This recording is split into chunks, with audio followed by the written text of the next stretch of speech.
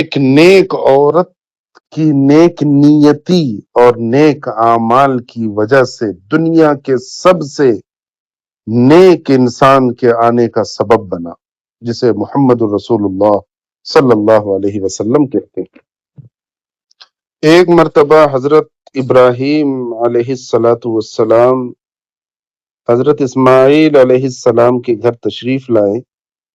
اس وقت حضرت اسماعیل علیہ السلام گھر پر موجود نہ تھے، تو حضرت ابراہیم علیہ السلام نے اپنی بہو سے دریافت کیا کہ بیٹا اسماعیل کہاں گئے ہیں؟ بہو نے جواب دیا ابو وہ کہیں باہر گئے ہیں۔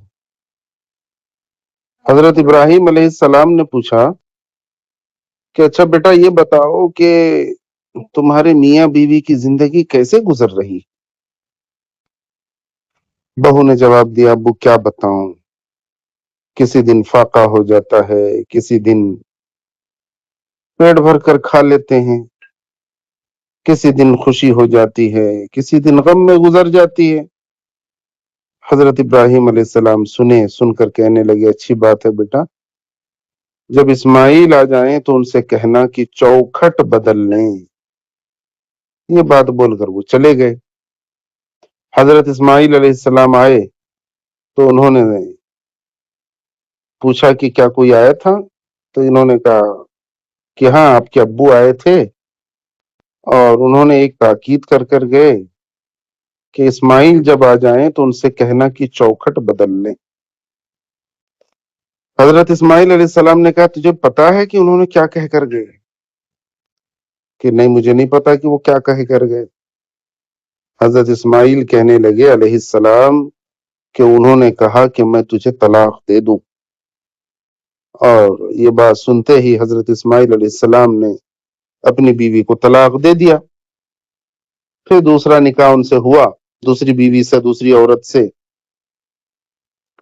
تو پھر وہ عورت کے پاس ایک مرتبہ حضرت ابراہیم علیہ السلام تشریف لائے۔ اس وقت آئے جب حضرت اسماعیل علیہ السلام گھر پر موجود نہ تھے، تو ان سے دریافت کیا کہ بیٹا یہ بتاؤ کہ کیسے زندگی گزر رہی؟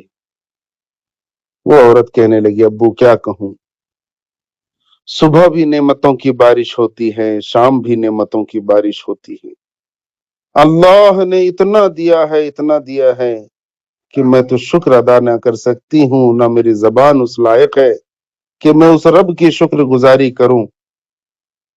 یہ بات سن کر حضرت ابراہیم علیہ السلام نے کہا کہ جب اسماعیل آ جائیں تو ان سے کہنا کہ چوکھٹ کو مضبوطی سے تھامے رکھیں۔ اللہ اکبر۔ حضرت اسماعیل علیہ السلام آئے تو حضرت اسماعیل علیہ السلام کو ان کی بیوی نے سارا ماجرا سنایا اور کہا کہ ابو یہ کہہ کر گئے ہیں کہ چوکھٹ کو مضبوطی سے تھامے رکھیں۔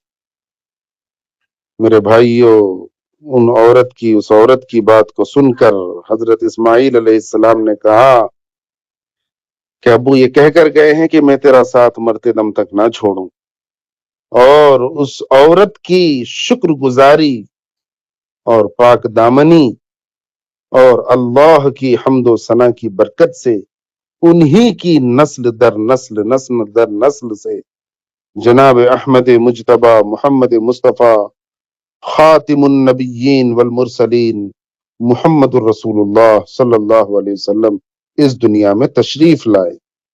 اللہ عورتوں کو اور ہم کو بھی شکر گزار بنائے، آمین۔